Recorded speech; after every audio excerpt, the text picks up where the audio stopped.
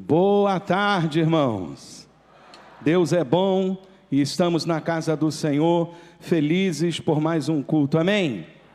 Quero convidá-lo à leitura do texto em Apocalipse, capítulo 2, versículo 1, do 1 em diante, carta à igreja em Éfeso. Que o Senhor possa abençoar-nos nesta tarde para a noite e que você possa sair daqui com uma palavra dos céus ao seu coração. O tema que eu quero propor nessa noite, embora não tenha preparado ali um slide, de maneira objetiva, quero trazer uma reflexão, tem como título, Em Busca do Primeiro Amor. Olha para o irmão que está do seu lado e fala assim, em busca do primeiro amor. Amém.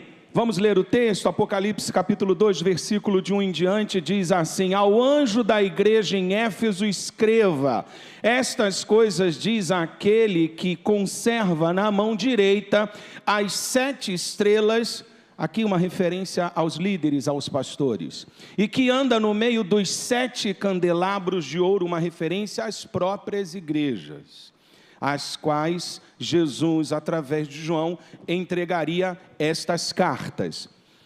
Conheço, verso 2, as obras que você realiza, tanto o seu esforço como a sua perseverança. Sei que você não pode suportar os maus e que pôs à prova os que se declaram apóstolos e não são, e descobriu que são mentirosos. Você tem perseverança e suportou provas por causa do meu nome sem esmorecer. Tenho, porém, contra você o seguinte: você abandonou o seu primeiro amor. Lembre-se, pois, de onde você caiu, arrependa-se e volte à prática das primeiras obras. Se você não se arrepender, virei até você e tirarei o seu candelabro do lugar dele. Mas você tem a seu favor o fato de que odeia as obras dos nicolaítas, as quais eu também odeio.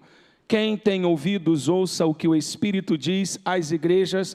Ao vencedor darei o direito de se alimentar da árvore da vida que se encontra no paraíso de Deus. Amém, irmãos? Que palavra abençoada. Que o Senhor assim nos abençoe. Eu me recordo, irmãos, que certa feita uma família tinha me relatado uma história muito engraçada, porém também muito triste, se é que eu posso dizer assim.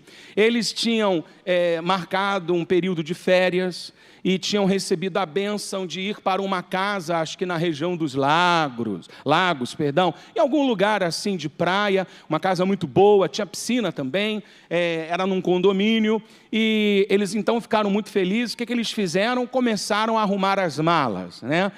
Começaram a comprar roupa, coisas que eram necessárias, prepararam o carro, viram o óleo, até o rapaz, como era início de ano, trocou os pneus, enfim, fizeram todo o checklist que era possível fazer para terem ali uns dias maravilhosos naquele lugar. Assim como você também e eu, nós certamente iríamos nos preparar, né? Não sei se você é daquelas pessoas que quando vai arrumar as malas, leva a roupa além do necessário. Você conhece pessoas assim? Eu conheço pessoas que em retiro acabam levando tantas coisas que assim, não é só uma mala que a pessoa leva, né? Tem a mala, tem a mochila, aí tem sacola, e tem que levar o ventilador, né? o secador de cabelo e por aí vai, né? Só falta levar a cabeleireira, né? Levar a manicure também para fazer os retoques finais, caso haja necessidade. Assim então eles procederam, foram para lá. E eles pensaram, vamos de madrugada para a gente poder não pegar trânsito no caminho e vamos chegar lá, a gente guarda o que for importante, deita, dorme, no dia seguinte a gente tem o dia inteiro para a gente aproveitar e passar aquele dia maravilhoso, aquele sol. Era um período de verão assim maravilhoso, como ontem, né? O sol, estive fazendo evangelismo em Ipanema. Se você, aí faço aqui até um spoiler, né? Se você quiser, ao longo do ano e também no final em especial. Nesse período mais de verão, a gente faz evangelismos e também tem feito evangelismo, por exemplo, nas praias, tem sido uma grande bênção, alcançando muitas vidas para a glória de Deus. Lá estava aquela família feliz e contente, né? Levaram tudo, mas quando chegaram na porta daquela casa, o que foi que eles deixaram para trás? A chave. A chave. O mais importante era entrar na casa. E eles não conseguiram. Tiveram que depois, de manhã cedo, dormiram no carro, né? A bateria deve ter ido para o espaço, não é verdade?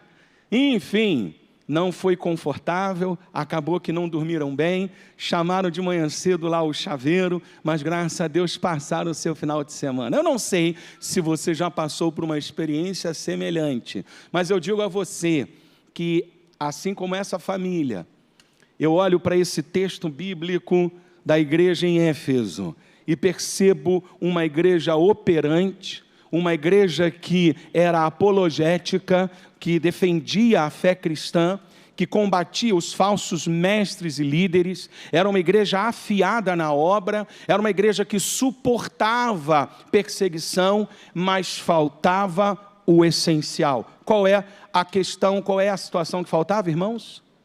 O que estava faltando aqui na igreja de Éfeso, que acabamos de ler, é o que? Diga bem alto. O primeiro amor. E aí eu observo, irmãos, que muitas vezes na igreja, como em Éfeso, há muito dever cumprido, mas talvez pouca devoção vivida. Eu gostaria de pensar nessa noite a respeito disso. Precisamos voltar para o primeiro amor. E o primeiro amor, ele não significa uma etapa, mas a jornada da vida cristã. Porque eu já ouvi muitas vezes as pessoas dizerem assim para um novo convertido: ele está vivendo o primeiro amor. Como se o primeiro amor fosse uma fase que passa, uma fase que não volta mais, uma fase que fica nos registros apenas da sua certidão de batismo, das fotos daquele culto que você tomou aquela decisão. Mas, na verdade, a proposta que Jesus está dizendo é que o primeiro amor não é uma etapa. O primeiro amor é a nossa jornada de vida cristã até nós nos encontrarmos com o nosso Senhor e Salvador Jesus Cristo. Eu não sei como está o seu coração nessa noite, mas eu gostaria de olhar para esse texto e dizer para você aquilo que Cristo recomendou à igreja de Éfeso, para eles buscarem novamente o primeiro amor. E o primeiro destaque que eu faço, Jesus, ele pede que João escreva o seguinte. O primeiro ponto lá no verso 5 vai dizer: lembre-se, pois, de onde você caiu. É olhar para trás no sentido de reconhecer que houve uma queda. Porque o grande problema é o não reconhecimento, é negar que há algo de errado. Eu estou bem, como se criando uma defesa para não haver uma mudança espiritual. Todo atleta de alto rendimento, irmãos, ele precisa corrigir erros para alcançar a excelência. Eu ouvi muitas vezes em podcasts no passado, né, eu cresci vendo o Zico jogar futebol. Zico foi um grande jogador, ele era um cobrador de faltas exponencial. Eu acredito que está para nascer aí alguém que possa tomar esse ministério, né, de gols, de cobranças de falta tão bonitas que Zico fazia, um homem, né, um atleta que se esforçava. E eu vi muitas vezes em comentários dizer que o Zico ficava depois do treino na Gávea cobrando faltas. Ele pegava lá o terceiro, o quarto goleiro, que não interferia muito lá no jogo, e botava ele para ficar no gol, botava aquele suporte, aquela placa que parecia os jogadores como se estivessem fazendo a barreira para a cobrança de faltas. E nessa época, isso lá vai uns 30 anos atrás, Zico, 30 por aí, acho que até mais. Zico, ele jogava ali, ele treinava após o treino com pouquíssima luz, porque naquela época na Gávea, anoitecia, não tinha essa iluminação que nós temos hoje. Hoje você vai lá no Flamengo, tem lá até o museu do Flamengo, tudo muito bem iluminado, uma coisa sensacional, a loja, o campo, é tudo bonito. Mas no passado, Zico não estava preocupado com a iluminação, ele estava preocupado com o seu desempenho no campo de futebol. E ele ficava ali treinando, ali tudo escuro, e ele botava lá uma camisa, uma toalha lá num ângulo, a outra toalha no outro ângulo, e ele tentava mirar, porque era branco, e tentava, de alguma forma, alcançar aquele ângulo, alcançar aquele gol. E aí eu olho para o Flamengo hoje, um bom time. Não sou grande comentarista de futebol, Pablo está aqui, que cresceu comigo. Uma salva de palmas para o Pablo, por favor. Meu amigo de infância, que jogou futebol comigo. Eu agarrava bem, não agarrava? Olha lá, ele não me deixa negar. Não é porque eu era gordinho não, tá, irmãos? Naquela época eu era mais magro, não era, Pablo? Olha aí, tá vendo? Não estou mentindo aqui de púlpito, não surtei, mas eu jogava futebol, irmãos. Eu gostava.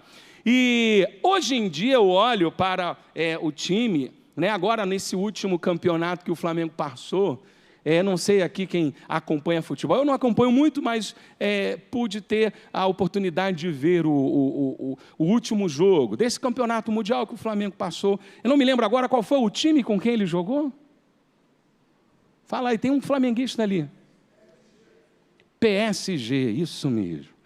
E aí o jogo ficou 0-0, foi um jogo bem acirrado, ok, maravilha, Flamengo deu o seu melhor. Só que chegou na hora dos pênaltis, o que aconteceu, gente? Fala para mim. Quem lembra? Aquele goleiro lá do PSG, ele tinha uma colinha, não tinha? Tinha ou não tinha, gente? Aí estava lá, não sei, acredito que deveria estar escrito em francês, PSG é da França, não é isso, gente? Correto? Também não sei se o goleiro é francês, Posso estar fazendo aqui um pecado aqui. Mas ele colocou lá onde cada jogador cobrava, qual a direção da bola. Para a esquerda, para o alto, para baixo, enfim. E, irmãos, eu só sei de uma coisa. Aquele homem ali procurou se prevenir e obteve sucesso. Eu não posso negar que o time do Flamengo, como eu já disse, jogou muito bem. Mas chegou na hora dos pênaltis, foram previsíveis. Na hora que estava ali para definir o campeonato, para em seguida ter a taça nas mãos, por conta de talvez não se aperfeiçoar, corrigir a sua previsibilidade, o time não conseguiu ir adiante. Eu sou flamenguista, não sou apaixonado pelo Flamengo, sou apaixonado pela Cleides, que fique claro, mas eu vejo que quando a gente não busca encontrar as nossas falhas, a gente não alcança a excelência. A igreja de Éfeso, embora muito firme no conhecimento doutrinário, embora muito firme em passar pelas provas, faltava o essencial, como aquela história de faltar a chave para entrar dentro de casa. Aonde nós caímos, irmãos? Aonde foi o tropeço? Aonde tudo começou a ir ladeira abaixo? Talvez você tenha entrado aqui nessa noite e o seu coração talvez não vibre mais o primeiro amor. Talvez o primeiro amor ficou lá atrás. quando você havia começado a sua caminhada com Cristo.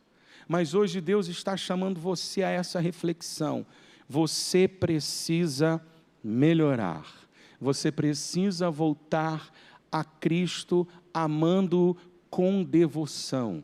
Você precisa voltar a buscar ao Senhor, querendo viver uma nova vida com Cristo. Talvez dons tenham sido enterrados, talvez a sua vocação tenha sido deixada de lado por demandas desta terra. Outras prioridades ocuparam o seu coração. Nessa noite, Deus está dizendo para você fazer uma faxina, para você fazer uma arrumação, porque dentro da sua alma precisa novamente ressuscitar o primeiro amor por Deus. Existem pessoas que entram no templo e não louvam mais a Deus. Os louvores, lindos e maravilhosos, eles chegam aqui cedo, ensaiam durante a semana, preparam um repertório. Irmãos, eu já estudei um pouco de música. A questão da harmonia dos acordes, fazer os riffs de introdução, enfim, o ritmo, as entradas, a divisão de vozes, tudo isso é importante. A questão não só do preparo, da tangência de tocar um instrumento ou de cantar, preparar sua voz. Eu, por exemplo, a gente vai ficando velho, né? As coisas vão começando a dar um certo defeito, né? Na lataria. Eu me lembro que quando mais novo, eu tinha uma voz um pouco mais fina, é claro, né? Mais novo, a voz é mais fina normalmente, naturalmente, mas a questão é que eu comecei a sentir que eu estava perdendo aquela afinação, ou melhor, o alcance das notas que eu conseguia cantar. E eu me lembro que eu orei a Deus e falei: Senhor, eu não quero me apresentar para a igreja para ser visto como um grande cantor. Meu desejo não é esse. Eu sou chamado para o ministério pastoral, mas é um dom que eu tenho, que Deus deu, que você também pode ter. E eu pedi: Senhor, não deixa que a minha voz se empobreça e eu não possa louvar mais ao Senhor. Eu sei, irmãos, que de uns tempos para cá, eu estou conseguindo fazer umas firulas. Às vezes desafino, vocês veem aqui, né, a emoção de estar com o pastor João cantando uma dupla, né? Fazer dupla com ele é uma coisa maravilhosa. Mas a questão é que, graças a Deus, estou conseguindo voltar a cantar. E isso é uma coisa que, talvez para você, pastor, mas você é ministro de música de tomar, né, no chuveiro, de cantar no chuveiro. Que seja, a grande questão é que todos os dons que Deus nos dá, nós precisamos exercê-los com amor, fazendo para o Senhor, sabendo que tudo é para Ele, para o louvor da sua glória. E aí eu volto para esta reflexão dizendo: talvez os seus dons, talvez a sua vida esteja apática, talvez você não esteja mais com aquele coração lá de trás, aquele coração que se aquecia quando entrava na casa de Deus. Israel, quando foi levado para o exílio, chegou em Salmos, né, em algumas passagens, né, mencionar da alegria de estar no templo do Senhor. Tem até uma canção que foi feita por um grupo agora recente, que fala, né, quando eu estarei novamente na casa do Senhor, aquieta minha alma. Enfim, eles fazem menção a essa reflexão ali na ministração desse texto bíblico. Então eu volto aqui para dizer para você o seguinte: você precisa voltar ao seu primeiro amor, mas para isso é necessário lembrar de onde caiu, onde foi o tropeço. Lembrar-se de onde caiu é como você, motorista, que quando entra na rua errada e segue adiante, às vezes, uma Washington Luiz ou uma avenida maior, você precisa lembrar: entrei aqui, não era para ter virado à direita, era para ter pego o retorno.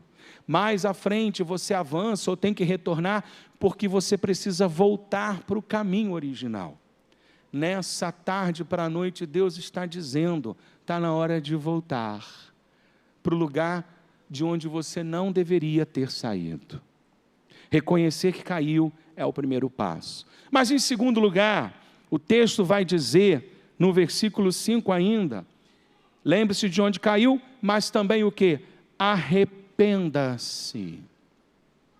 O tema do arrependimento é algo muito importante na Bíblia, porque o arrependimento é quando há uma mudança interna, é quando eu dou as costas para o pecado, eu abandono o meu pecado, o meu passado e passo a viver uma nova vida. É um momento chave na vida de qualquer cristão. É quando nós deixamos para trás aquilo que não era para estar conosco. Então eu digo a você nessa noite, como a igreja de Éfeso, é necessário que haja arrependimento. E eu me lembro daquela passagem bíblica do Evangelho de Lucas, quando fala do fariseu e do publicano. Os dois haviam subido até o templo, sendo que o fariseu, cheio de si, batia no peito. Ou melhor, perdão, ele dizia, Senhor, muito obrigado, né, porque eu não sou igual a esse pecador, esse publicano, que é adúltero, que faz isso, aquilo, eu não sou, eu dou o dízimo, eu oro, se não fosse eu, Senhor, na sua vida, só faltava ele dizer isso. Já o publicano, de maneira quebrantada e contrita, batia no peito dizendo, Senhor, tem misericórdia de mim, porque sou pecador. O arrependimento é um olhar profundo para dentro, mas um olhar também especial para fora, para o céu, para Cristo. Toda vez que nós temos um relacionamento com o Senhor, quem enxerga Cristo consegue identificar os seus erros. É igual o salmista que vai dizer, Senhor, sonda-me e veja se há em mim algum caminho mau. Quando eu vivo uma vida na presença do Senhor, eu não me conformo com o pecado. Mas deixa eu dizer uma coisa, há pessoas que acabam vivendo uma vida debaixo de um jugo de medo. Não, eu não quero morrer e ir para o inferno. Não, eu não quero pecar porque todo mundo vai me ver e eu vou ficar constrangido. As pessoas acabam mudando um pouco essa questão, porque o importante é entender que, claro, ninguém deve ir para o inferno, ninguém deve ser exposto à vergonha, mas a questão é que quando nós pecamos, nós deixamos de ter um relacionamento com o Senhor, e isso é o que deve ser a combustão, o propósito de não querer pecar, de querer se consertar diante de Deus. É entender que nós estamos trocando o eterno pelo temporário. É entender que o pecado e as tentações, elas nos tiram do caminho da vida com Cristo. Você, quando ora, quando busca, quando vem à igreja, quando serve ao Senhor, você está diante da presença de Deus. E isso deve ser algo nobre, precioso, algo que você entende que é o principal da sua vida. E não o medo de ser envergonhado, e não o medo, ai meu Deus, eu vou sofrer. É óbvio que isso tudo também deve ser pensado, mas o principal é que quando pecamos, perdemos a comunhão com o Senhor. Eu já disse certa vez essa argumentação e vou trazê-la novamente. Eu não cuido do meu filho Miguel porque eu fico com medo de um dia alguém ir lá no Ministério Público, né, na vara da infância, claro, agora ele já é um adulto, mas eu digo, e me denunciar. Não, eu vou fazer aqui o bem para o meu filho porque eu não quero ser denunciado. Irmãos, isso não é amor. Eu quero estar com o meu filho, dar o melhor, corrigi-lo quando for necessário, mas passar tempo com ele, porque eu amo o meu filho. Assim deve ser com Cristo. Não é um relacionamento pautado no medo, é um relacionamento pautado nessa conexão de amor. Ele é real. Nós, muitas vezes, perdemos a dimensão da grandeza de Deus. Irmãos, um culto como esse, às vezes a gente acha que é só um culto formal, social, um culto religioso, cerimonial, um culto em que trata-se assuntos éticos, assuntos importantes, relevantes, assuntos bíblicos, ok. Mas deixa eu falar uma coisa para você. Tudo que está acontecendo aqui tem um efeito espiritual. Enquanto estamos aqui pregando, enquanto a palavra é lançada, a semente é jogada, o Senhor Espírito Santo está sondando o seu coração. O Senhor Espírito Santo está quebrando cadeias no mundo espiritual. Aí o Senhor lembra da tua família e você começa a interceder pela tua família. E aí aquela pessoa que está passando por uma situação, Deus envia algo a alguém, Deus envia uma bênção. Deus vai preparando a vitória para essa semana. Enquanto buscamos o reino de Deus e a sua justiça, todas as demais coisas são acrescentadas. Quando estamos na casa do Senhor e nos arrependemos e voltamos para o caminho que Deus nos chamou, algo lindo no mundo espiritual, algo sobrenatural acontece na sua vida. A própria palavra pregada, ela lava, ela limpa, ela regenera, ela tira esse sentimento de insegurança, esse marasmo espiritual.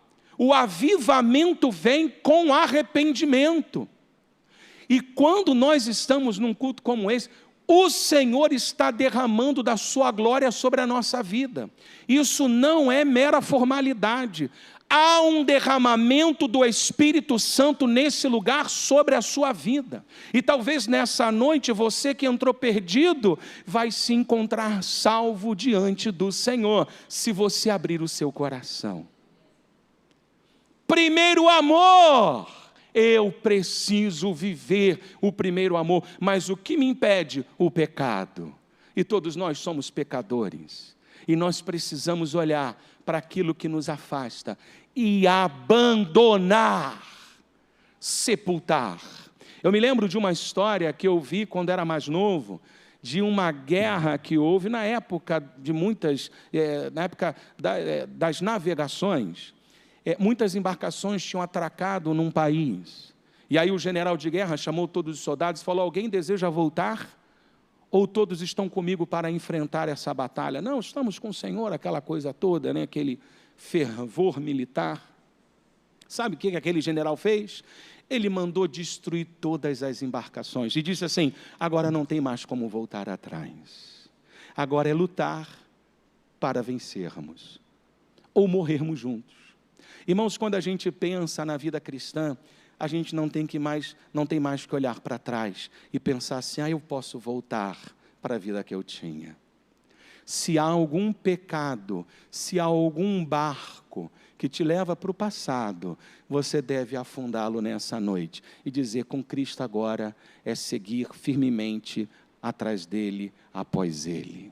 Jesus disse: vinde após mim e vos farei pescadores de homens. Irmãos, a nossa vida é seguir a Jesus.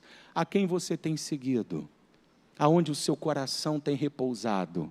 Nessa noite, Deus quer que você viva um novo tempo, uma nova história.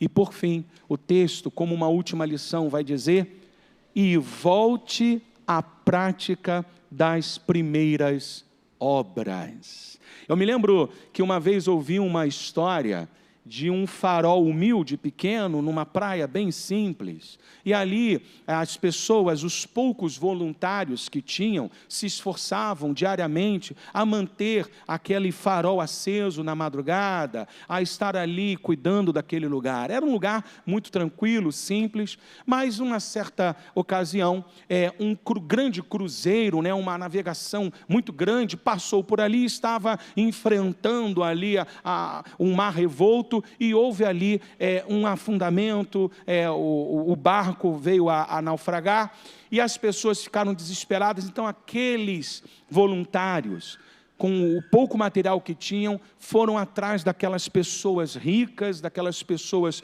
de grande posse, e trouxeram elas a salvo. E assim foram fazendo até completar aquela manhã. E aquelas pessoas, então, com uma eterna gratidão, disseram assim: não, nós vamos recompensar vocês. E aí pegaram muito dinheiro e investiram, ampliaram, aterraram uma parte, fizeram ali um farol enorme. Só que aí fizeram igual o Clube do Flamengo, fizeram até um museu do Flamengo, ou melhor, um museu do farol, e colocaram várias coisas. Aí começou a ter não tinha isso, né? Isso é a história do passado que se conta. Mas fazendo aí, preambulando um pouquinho, botaram lá um Starbucks, colocaram lá um office gourmet, né? Antigamente, aquelas churrascarias antigas, o Porcão, imagina, né? Começaram a fazer uma praça de alimentação, fizeram um mini shopping, aquilo deixou de ser farol para se tornar um point. E aí, com o passar dos anos, houve um naufrágio, um outro naufrágio, e aqueles voluntários foram para trazer as pessoas, mas aí os novos donos disseram: não, mas está sujando tudo. Não, mas espera aí, está bagunçando tudo, está acabando com tudo aqui. Não, está fazendo uma bagunça. Não, espera aí, calma aí. Ora, o propósito essencial daquele farol era salvar vidas, mas agora se tornou um shopping. Quando eu olho para a igreja, a gente precisa olhar para a casa do Senhor e entender que o essencial é adorar a Deus, é haver vidas salvas, transformadas, é haver uma vida grata a Deus, mesmo com aquilo que é simples. Eu me lembro que, quando mais novo, adolescente, eu fui para muitos retiros, irmãos. Eu sou fruto dessa igreja.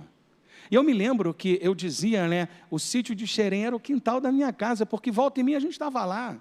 Irmãos, eu já fui para Xerém de Kombi, de ônibus, de bicicleta. Já fui para Xerém de vários tipos. Você pode pensar em qualquer coisa, irmãos. Ia para lá várias vezes, a gente chegava, às vezes não ia para o sítio. Às vezes a gente ficava feliz. Na época que havia a união de treinamento, vamos fazer o retiro de carnaval, que agora é o Revolução, né? Lá atrás ainda não tinha ocorrido a Revolução, a Revolução ainda não tinha ocorrido. Então o que acontece? A gente ficava assim: não, a gente conseguiu um CIEP lá em Angra dos Reis. Meus irmãos, era uma alegria. A gente ia dormir na sala do CIEP, debaixo daquelas carteiras, com colchonete. Naquela época não era colchonete grande, não era colchonete fino, irmãos. Irmãos, era uma alegria. O pão era pão com epa. Você abria o pão e epa, cadê? Não tem nada, não? Era pão com epa. Café amargo, irmãos. Eu me lembro que a gente cantava os louvores, as canções que causavam avivamento.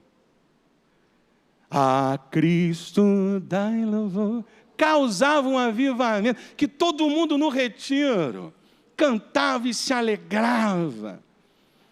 A gente ia para a praia, não tinha protetor solar, irmãos, não tinha nada disso.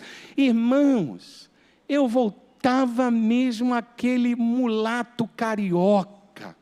Teve uma época que eu passei a máquina 1 na cabeça. Existem registros, mas não, por favor, não vão atrás desses registros.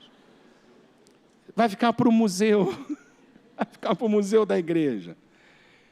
Era tão legal. Eu me lembro que, quando mais novo, eu aprendi a tocar flauta doce aqui. Irmãos, eu adorava pegar aquela simples e humilde flauta doce para louvar aqui. Eu me lembro, a minha família, meu irmão, minha irmã, tinha outros irmãos que aventuraram, e a gente tinha a orquestra de flauta doce, da PIB de Irajá. Irmãos, tudo com amor. Tudo com amor. Eu me lembro que, quando eu peguei o meu primeiro violino, eu fiquei todo feliz. Um violino simples. Simples, simples, simples. Mas eu passava horas tocando. Era um terror dentro de casa, porque até eu achar direito a afinação, demorou. Minha mãe sofria, coitada. Mas eu passava horas ali tocando aquele violino, porque eu amava a Deus, irmãos. Eu sempre quis fazer o melhor, amando a Deus. Olha para o seu passado. Como foi o seu passado? As coisas que você fazia, não tinha glamour, não tinha ar-condicionado, irmãos. Eu me lembro da época dessa igreja, que era aqueles ventilador teco-teco, que ficava fazendo barulho. Ele fazia barulho para girar a hélice e para girar o ventilador. Irmãos, as pessoas vinham, o boletim da igreja. Quem aqui foi da época do boletim da igreja? Ainda tem algumas igrejas. A gente tem um boletim que está aqui, na verdade, para a instrução do altar. Mas, irmãos, o boletim, uma das coisas que servia era para abanar, porque era um calor que só Jesus. Se a pessoa, ela não se convertia com a pregação, mas o calor deixava ela ali, vibrando, consciente. Meu Deus, eu preciso de Deus nessa vida. Irmãos, tudo era simples, mas havia amor. É claro que fazer algo com uma qualidade melhor, um ar-condicionado, uma poltrona boa, uma igreja linda, olha para o piso dessa igreja, que coisa linda, irmãos. Isso tudo é fidelidade da igreja e de Deus. Deus honrou aqueles que lá atrás, se refrigeravam com o ventilador, mas Deus honrou. Mas não precisa de ar, não precisa de poltronas boas, não precisa de um piso bonito. O que Deus espera de nós é um coração que ama a Ele com toda a intensidade. O brilho da igreja não está na sua estrutura, no seu templo. O brilho da igreja está no seu coração. Quando você verdadeiramente declara, eu amo a Deus. Para terminar, eu me lembro que quando eu entrei pela primeira vez no seminário, eu dizia isso. Agora, quando eu fui para o seminário, eu falava assim, agora eu vou aprender com os pastores. Agora eu vou estudar para aprender com os pastores. Irmãos, aprendi muito. Eu me lembro que a primeira aula que eu teve a aula magna, mas a primeira aula na sala foi com o pastor Joel Américo de Sá, que foi pastor da Igreja Batista Memorial lá na Pavuna. Hoje ele é pastor emérito devido à sua condição de saúde, sua idade. Ele fala muito bem o hebraico. E quando ele entrou na sala de aula, ele saiu falando em hebraico. Eu nunca mais me esqueci daquele dia. Por quê? Porque era dia do meu aniversário, 18 de março. Primeiro dia de aula. Olha como é que Deus marca as coisas. Irmãos, eu olho para trás e eu fico vendo tudo muito simples. Mas Deus estava em todos os momentos. Pastor João fala sobre isso. A gente olha para trás e só vê Deus. Olha para a tua vida, para o teu passado, olha para a sua vida hoje. Será que você tem vivido o primeiro amor? Deus te chama de volta. Deus quer que você volte a ter aquele coração fervoroso na oração. Quanto tempo você tem passado em oração? Talvez haja pessoas aqui ou nos assistindo que já não ora mais. Você pegou o seu plano de leitura bíblica? Eu peguei. Isso aqui para mim é o meu plano de saúde. Melhor que a 1000, melhor que esses planos de saúde que tem hoje em dia no Rio. Golden Cross, não sei nem se mais existe ainda Golden Cross? Acabou, né? Isso aqui é o melhor plano de saúde quando a gente lê a palavra. Talvez você tenha começado sua leitura bíblica e acabou. Jesus está dizendo para você voltar hoje. Volta hoje. Volta para o teu caminho hoje. Feche teus olhos. Feche teus olhos nessa hora. É você e Deus. Mas você não está sozinho. Algumas vezes na vida eu precisei voltar atrás, me arrepender, pedir perdão, porque eu sou um ser humano, mas valeu a pena todas as vezes. O coração não cabia tanto amor que Deus derramou na minha vida. Hoje o meu desejo é poder libertar vidas, passando horas atendendo, servindo, estar na casa de Deus, ir para a praia, ir para o carnaval. Quanto tempo eu passei distante do Senhor. Mas hoje o que eu mais quero é só servir a Deus. Hoje o que eu mais quero é só poder fazer a obra do Senhor. Abraçar os perdidos, aquelas pessoas que ninguém mais vê esperança. Porque eu creio que se Jesus libertou o gadareno, Jesus pode libertar qualquer pessoa, não importa. A pessoa mais terrível, Jesus pode transformar. O meu coração é tão grato a Deus. Eu sei que eu preciso melhorar em muitas coisas, mas eu digo a você, meu filho, minha filha, meu irmão, minha irmã, você também é muito amado, você é uma joia rara. Deus não trabalhou em vão na sua vida, Deus colocou pessoas na sua história, Deus colocou nessa família, Ele não errou. O Senhor te ama, o Senhor cuidou, o Senhor sabe dos choros na madrugada, o Senhor sabe das preocupações do amanhã, mas hoje, o que mais importa é o primeiro amor, é voltar a ser aquela mulher de oração, aquele homem que prega a palavra, que não consegue parar de falar de Jesus, aquela pessoa que traz a família toda, porque como Levi, que trouxe todos os seus amigos para aquele banquete com Cristo, você quer salvar todo mundo. Aonde está o primeiro amor que você talvez deixou cair na caminhada? É hora de voltar. É hora de tomar essa decisão, se arrepender e dizer: Jesus, filho de Davi, me usa, Senhor, novamente. Me usa, porque eu quero agora viver para Ti. O gadareno, depois de liberto, aquele que vivia nos sepulcros, aquele que vivia presos aos grilhões, ele só queria seguir Jesus, estar com Ele. Era tanto amor que ele tinha, que ele pregou em Decápolis, uma liga de 10 cidades. Tanto amor transbordado, porque houve arrependimento, conserto com Deus.